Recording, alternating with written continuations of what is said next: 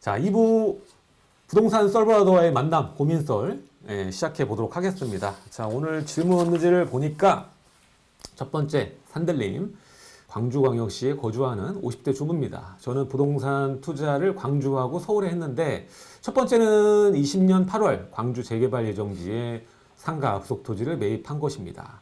구역 지정이 나면 바로 매도하기로 하고 매입을 했는데 아직 구역 지정도 되기 전이고 현재 이제 경관 심의를 앞두고 사전 심의 들어가 있는 단계입니다. 급한 마음으로 투자를 한 게 아닌가 싶습니다.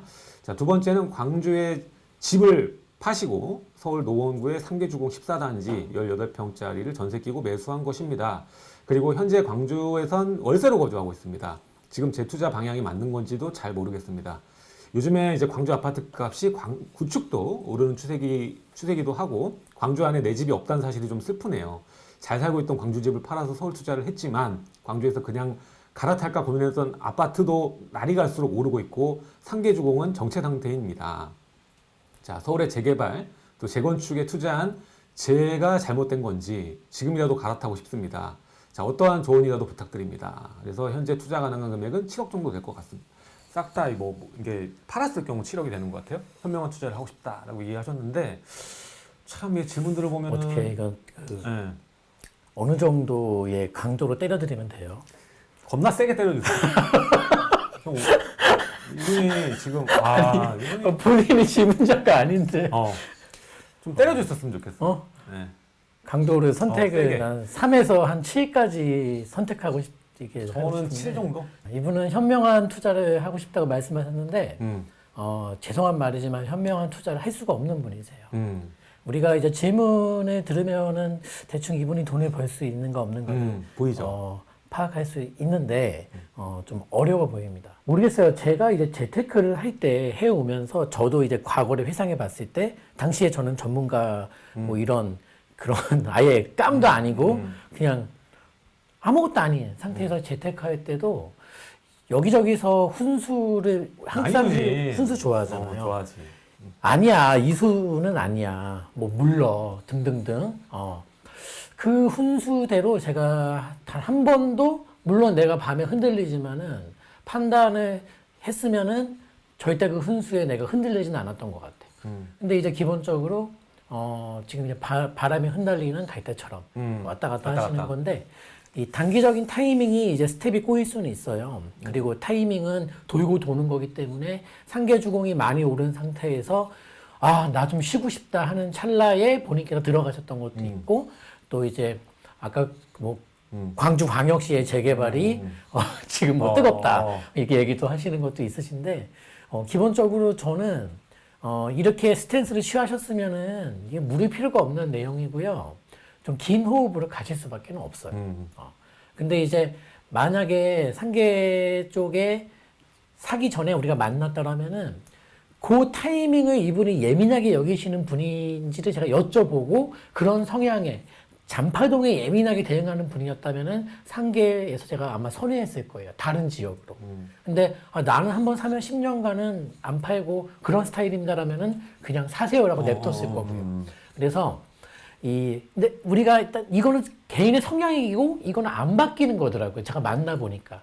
본인이 막 이 멘탈에 대한 트레이닝을 막 하시고 이걸 하면서 강한 멘탈로 가면서 잔파동에는 그냥 됐어 난 그 정도는 괜찮아 하는 정도로 멘탈이 마인드가 막 좋아지는 상황이 아니시라면은 한 번 잔파동에 흔들리시는 분들은 평생 흔들리시더라고요. 계속 그래, 계속. 예. 그래서 그게 조금 바뀌기 어렵다 보니까 애초에 그런 분이셨다라면은 상계 주공의 매수 타이밍과 안 맞았던 건 맞는데 우리가 원칙적으로 알아야 되실 거는 장파동이 중요한 거지 단파동이 중요한 건 아닌데 그 상계동 일대에 그 어떤 부동산이든 장기적인 파동의 관점으로 본다면은 아무 때나 사도 문제가 없다. 문제 없어.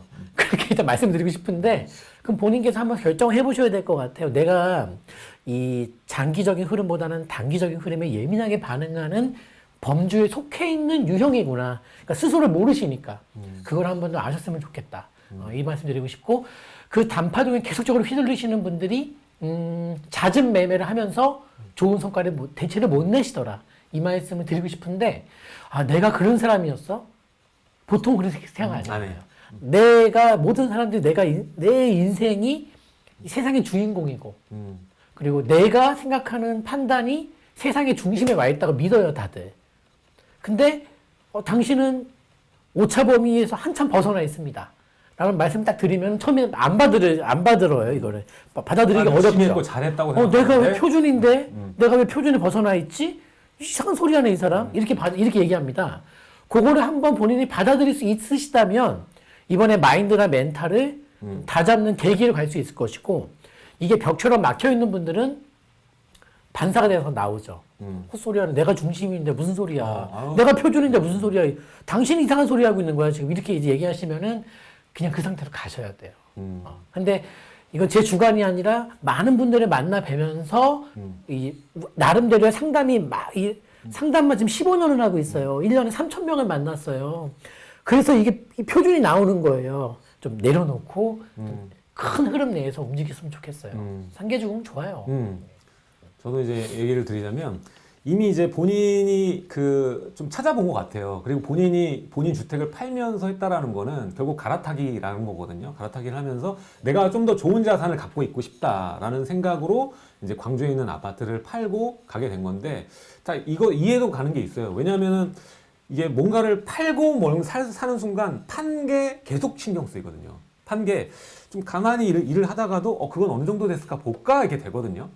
그거를 끊어야 돼. 그걸 끊어야 돼. 본인이 선택한 걸 믿어야 되거든요. 지금 잔파동 아까도 얘기했지만 지금 당장 사신 지 얼마 안 된 것 같아. 사실 얼마 안 됐으니까 얘는 조용히 있고 얘는 올라가니까 지금 타이밍이 그래요. 그러니까 웬만하면은 본인이 쥐고 있는 거를 팔 선택을 하면은 상급지를 가고자 서울에 있는 걸 사겠다고 해서 샀잖아요. 그러면 그 목적에 부합하고 이게 어느 게 오르던 떨어지는 건 그냥 일시적인 착시 현상일 뿐이지 결국 더 좋은 자산은 광주에 있는 본인의 아파트가 아니라 상계주공이라고 전 보거든요. 그리고 그 아파트 14단지면 좋은 단지예요. 14단지는 세대수도 괜찮고 앞에 7호선도 있고 조금만 나오게 되면은 또 복합 개발 단지도 있고 개발할 단지 자리도 있고 하다 보니까 나중에 가면은 비교도 안 될 자리예요. 비교도 안 될 자리. 그러니까 옛날 헤어진 전 남친이 요새 돈을 좀 벌었더라. 비유 좋다. 자동차 세일즈하고 있고. 걔 요즘에 지금 새로 사귄 친구는 이제 로스쿨 이제 들어가야 되는데 돈을 못 벌어. 근데 헤어진 전 남친이 지방에서 차를 엄청나게 중고차를 팔면서 돈을 벌고 있다는 얘기 들은 거야. 벤츠 타고 다니네. 그러면서 나 괜히 헤어졌나, 괜히 갈아탔나 이런 거랑 똑같은 얘기죠 이제. 비유가 너무 좋다. 좋아. 이거 다 먹고 있잖아 지금. 아 그래? 비유 좋다. 너무 좋은데. 네. 그러니까 이 선택에는 그리고 본인이 작은 돈으로 또 거기에 토지도 샀잖아요. 지분도 샀잖아. 지분도 샀으니까 정말 잘했다고 저는 생각되는데 이게 너무 단기적인 것 때문에 또 팔아버리려고 생각하니까 꼭 이런 분들이 또 판다. 사는 거 팔어. 네, 이거 웃으면 안 되는데 사실 팔고 다시 광주 아파트 샀는데 광주는 안 올라. 네, 만나본 분들이 대체로 이 유사한 판단을 많이 하십니다. 그래서 요 문자의 뉘앙스에서 제가 느낀 거는 제가 약간은 이제 오버할 수도 있습니다만은 이분이 판단을 현명하게 내리기 어려운 상태로 문자를 주셨어요. 그래서 본인은 현명한 판단을 하고 싶다고 적으셨길래 그게 정말로 진심이시라면 한 번 정도 본인을 좀 멀리 떨어져서 객관적으로 바라보시면 좋을 것 같아요. 자, 일단은 낙장 불입 선택 잘 하셨고 10년은 보고 가야죠. 일단 10년은 보고 그리고 오렌 버핏도 있잖아요. 10년 들고 갈 주식 아니면 사지 말라고. 부동산 더해. 예. 자, 이 좋은 자산이 자녀분에게도 힘이 될 거라고 봅니다. 50대 분이시라고 하시니까. 그럼요. 자, 저는 현재 1주택자로서 남편과 합쳐서 자산은 대략 6, 7억 정도 됩니다. 저희 부부는 영끌에서 재개발 입주권을 매수하고 현재 집을 비과세 받을 계획을 가지고 있는데요. 아까 실행한 게 아니네요. 아직 계획이네. 최근 놓치기 아까운 초기 재개발, 재건축 지역이 많다는 것을 알게 돼 2곳 정도 갭 투자를 해보고 싶어 고민입니다. 그래서 이분이 나름 계획을 세웠어요.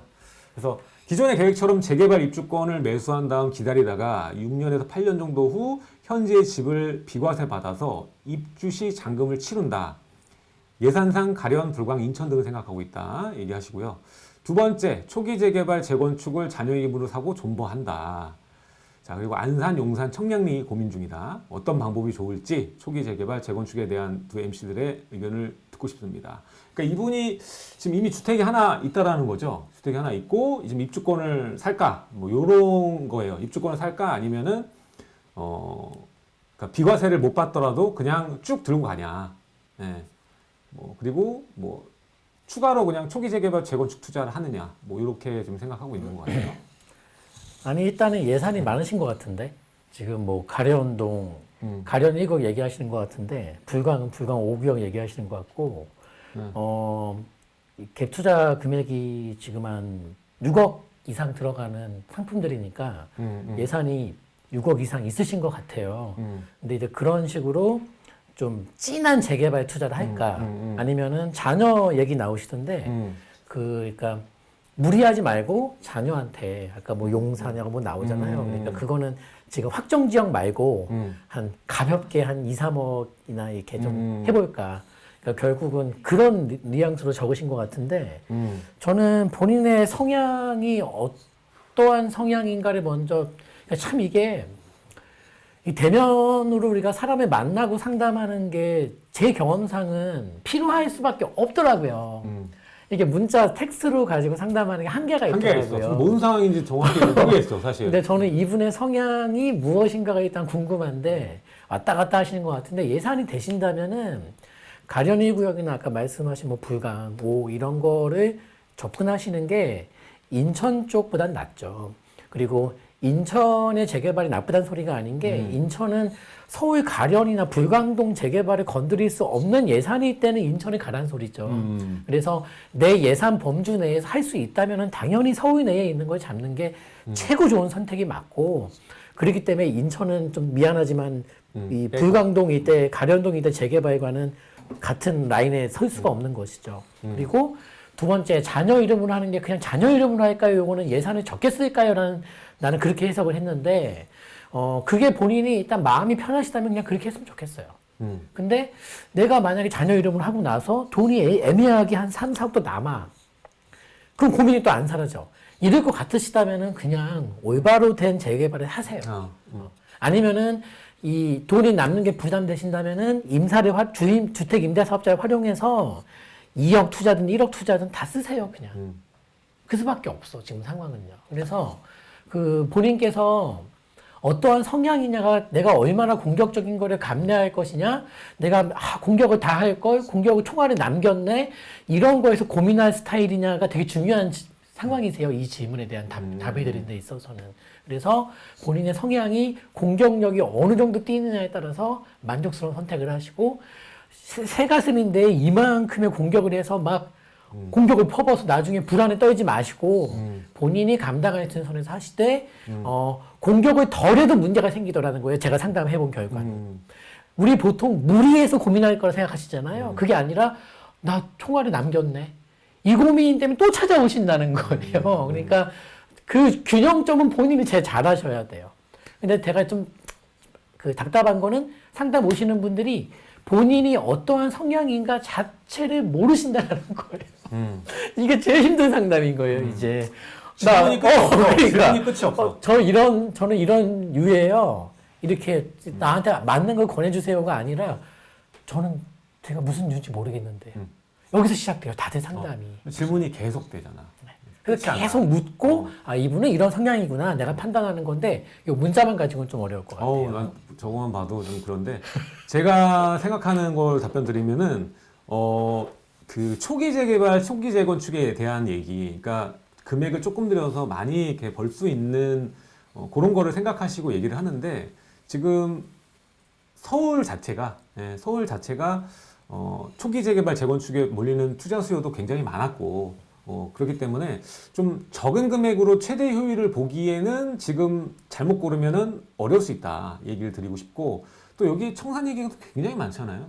그러니까 그런 것도 염두에서 좀 두시면 좋을 것 같고 제가 볼 때는 그냥 꽉 채워서 6억, 7억이 됐든 꽉 채워가지고 아까도 말했지만 그냥 재개발 사는 게 나을 것 같다라는 생각이 들어요. 여기서 저는 이제 좀 빠른 거를 사라고 좀 말씀드리고 싶은데 뭐 광명 쪽이나 뭐 장위 그리고 상계 이쪽에 상계 뉴타운 이런 쪽으로 사시는 게 저는 여기보다는 나을 것 같다는 생각도 들어요. 가련 구간보다. 그래서 저는 1번 추천은 광명, 2번 추천 장위, 3번 추천 상계 이렇게 좀 드리겠습니다. 그리고 고민 많은 분들이 하는 것 중에서 이제 자금 가지고 할 거를 생각하시는데 지금도 제일 애매한 금액이 얼마세요? 제일 애매한 금액? 제일 많이 묻는 금액은 1억? 1억? 1억은 오히려 편하게 쉬워. 저는 그거 2억에서 3억 제일 애매하지. 아니 그 질문이 제일 빈도가 많더라고요. 빈도 많지. 네. 그거는 뭐 괜찮죠. 뭐 사실 1억 미만으로 하면 답이 더 정해져 있어. 네. 근데 2억에서 3억 정도면은 너무 경우의 수가 많으니까 애매해요. 자, 그래서 거기에 대해서는 또 저희 채널에서도 각자 다루고 있으니까 부자병법 그리고 놀라운 부동산도 많이 시청해 주시면 감사드리겠습니다. 자, 오늘은 여기까지 하도록 하고요. 다음 주에도 핫한 부동산 썰 그리고 고민 썰 그리고 초대 게스트 네. 모셔가지고 함께하는 시간 갖도록 하겠습니다. 지금까지 놀라운 부동산 놀부 부자병법 박병찬이었습니다. 감사합니다, 여러분. 감사합니다.